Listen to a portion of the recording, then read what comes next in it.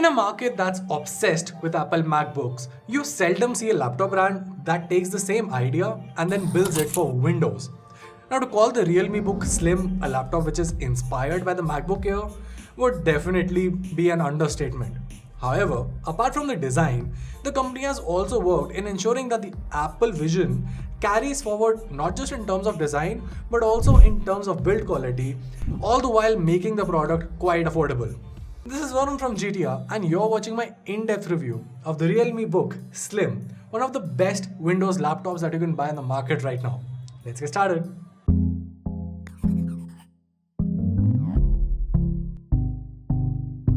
The Realmebook Slim comes with an all-metal body with CNC cutting and it definitely looks stunning.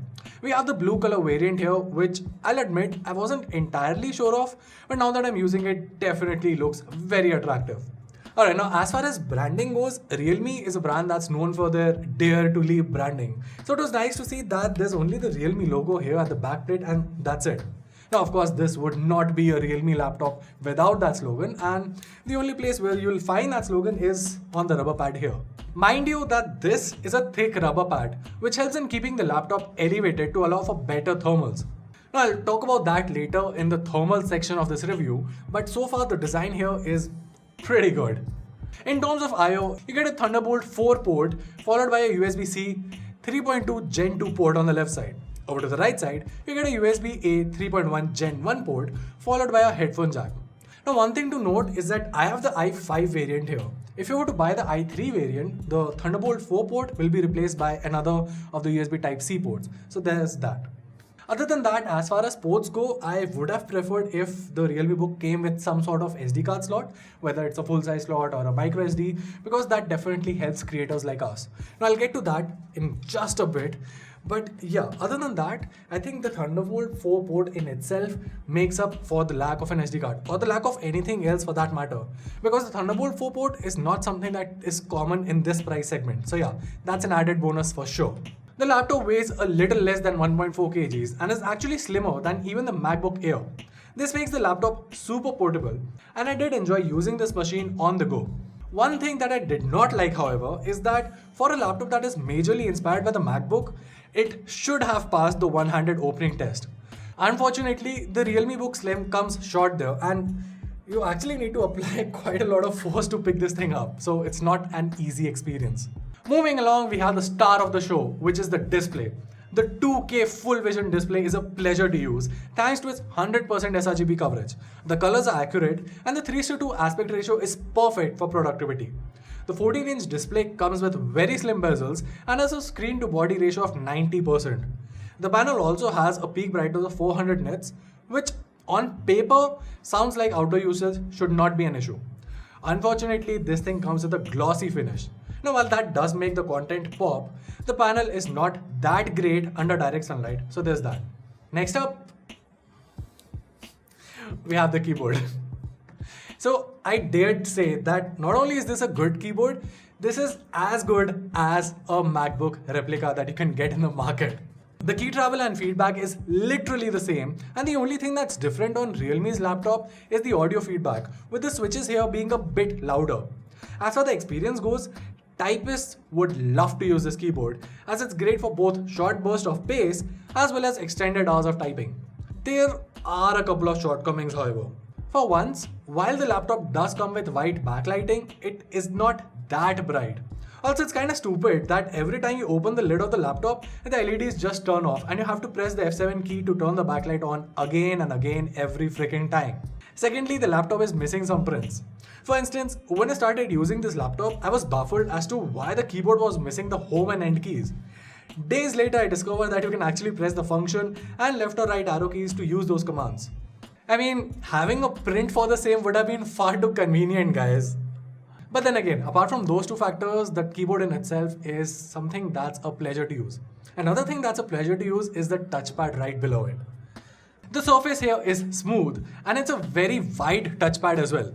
Thankfully, despite its size, it does offer good palm rejection. Gestures work seamlessly on this and it's not a fingerprint magnet. Speaking of fingerprints, the power button on this laptop doubles up as a fingerprint scanner as well for Windows Hello. It's fast, convenient and well placed. The Realmebook Slim also comes with a 720p HD camera, and the performance is, well, actually pretty good. I mean, the face is well lit, although obviously I'm setting in studio lights, but I mean, yeah, the frame rate is nice. The audio feedback you can understand here. I mean, this is the audio that you're hearing, which is recorded via the laptop's internal mics, so there's that. And yeah, overall it's fine. Obviously, there are some slight issues in terms of HDR, but I mean, for a laptop camera like this, what all can you expect?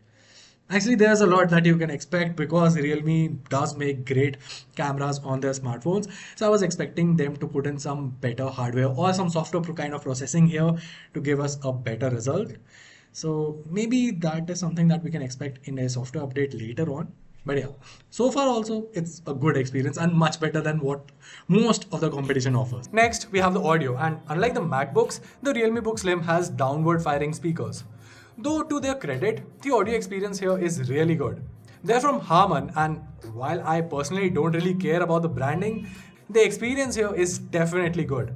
The speakers can get quite loud, and while there's not a lot of bass here, the audio levels are well balanced, and that's nice.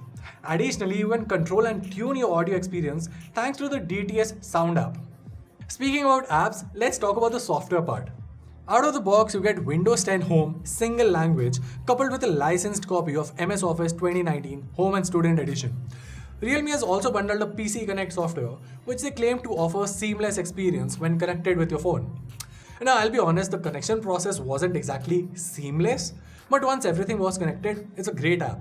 Your phone screen is directly mirrored to your PC, and you can use it to transfer files to and fro. Whether it's images, videos, APKs, or whatnot, it's a simple drag and drop operation. Your phone's notifications also show up inside the notification tray of Windows, and honestly, this is a great tool to use. Okay, so let's talk about the performance here. Like I said, we have the i5 variant here, which is pretty good. And if you compare it with the i3 variant, apart from the processor, the i3 variant also comes with comparatively slower RAM. Nonetheless, it's still 8GB in capacity, and while that's not a major issue for most folks, if you use Chrome as a choice of web browser, you can easily max out the RAM. As such, I wish Realme brings a 16GB variant of this to India that's available in China. Now, apart from the memory factor, everything about the laptop is great. The panel, along with the hardware, is great for content creators because using Photoshop on this is a blissful experience. The laptop handles benchmarks easily, and you can even do some lightweight gaming on this. Now this brings me to the thermals of this laptop. Now in my testing, while benchmarking this thing, I got a peak temperature of 85 degrees Celsius, which is decent enough for a laptop with this form factor and the size and the thin chassis. Thankfully, the laptop does not get hot on the surface. Of course, this is down to the dual fan setup underneath. Other than the CPU and GPU, the RAM is also shared in the same heat pipes. Apart from this, you can find the NVMe SSD that's user upgradable, and that's about it. I almost forgot. The laptop, while it does not heat in normal usage, does heat up a little bit when you're plugging it in for charging. I mean, it's not a major issue, but yeah, it definitely is noticeable enough for me to be pointing it out. Now, speaking of charging, this thing comes with a 65-watt fast charger that's similar to the mobile chargers, but has a rating for a lot of things. I mean, you can use the same charger to charge this thing up, while also supporting 30-watt super dart charging for your smartphones. Whether it's Realme or OnePlus or Oppo, they're all using the same charging methods. So yeah, you can use that charger for charging pretty much everything else. Another thing about charging is that this thing can go from 0 to 50% in just 35 minutes. So that's great. Obviously, that factor is with the 65-watt charger. Interestingly, you can charge this thing using a power bank as well. So you can use the Realme Dart power bank and charge the laptop with it in case of an emergency or when you're out on the go. Of course, it won't reach the peak of 65 watts with the power bank, but the 30-watt Dart charging should ensure that at least your laptop does not die on you when you need it the most. Speaking of dying on you, the 54 watt hour battery in here is, well, pretty good. I mean, in my usage, like I said, we have the i5 variant here, which is a bit more power hungry as compared to the i3 variant. And even in my testing, I was able to squeeze about 6 hours of usage. Well, that includes browsing on the web with multiple tabs open inside Chrome, streaming to Spotify, playing a bit of Valorant on the sides, and obviously making these amazing thumbnails in Photoshop. In fact, if you're using an i3 variant of it, I reckon you can even squeeze about 8 hours of battery life from this laptop. So, what's the verdict here? Well, the Realmebook is priced at $47,000 for the i3 variant and $60,000 for the i5 variant. The i3 variant is a no-brainer. I mean, at that price point, there is no other laptop that offers the same level of build quality, the same level of features, and the same level of quality in terms of performance and thermals and everything else for that kind of a price. So yeah, if you're on the market looking for an i3 11th gen laptop, the Realmebook Slim is a very easy recommendation. Things get a bit tougher when you talk about the 60,000 variant. See, the Realmebook faces hefty competition from the likes of the ASUS VivoBook 14, the IdeaPad Slim 5, and even the HP Pavilion.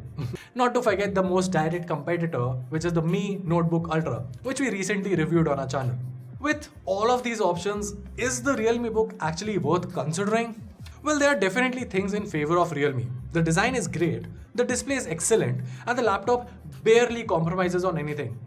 With that being said, this is Realme's first venture into the laptop segment, and it's going to be quite a task to convince consumers to spend 60,000 on their product instead of spending that money on a well-established brand.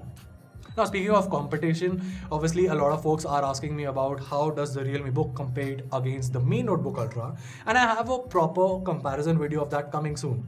So make sure that you're subscribed to our channel and have the notification bell turned on for whenever that video, along with all the other great videos that we make here, goes live. And well, that was it. I'll leave a buying link down there in the description box along with some other options that you can consider apart from the Realmebook and the Mi Notebook Ultra.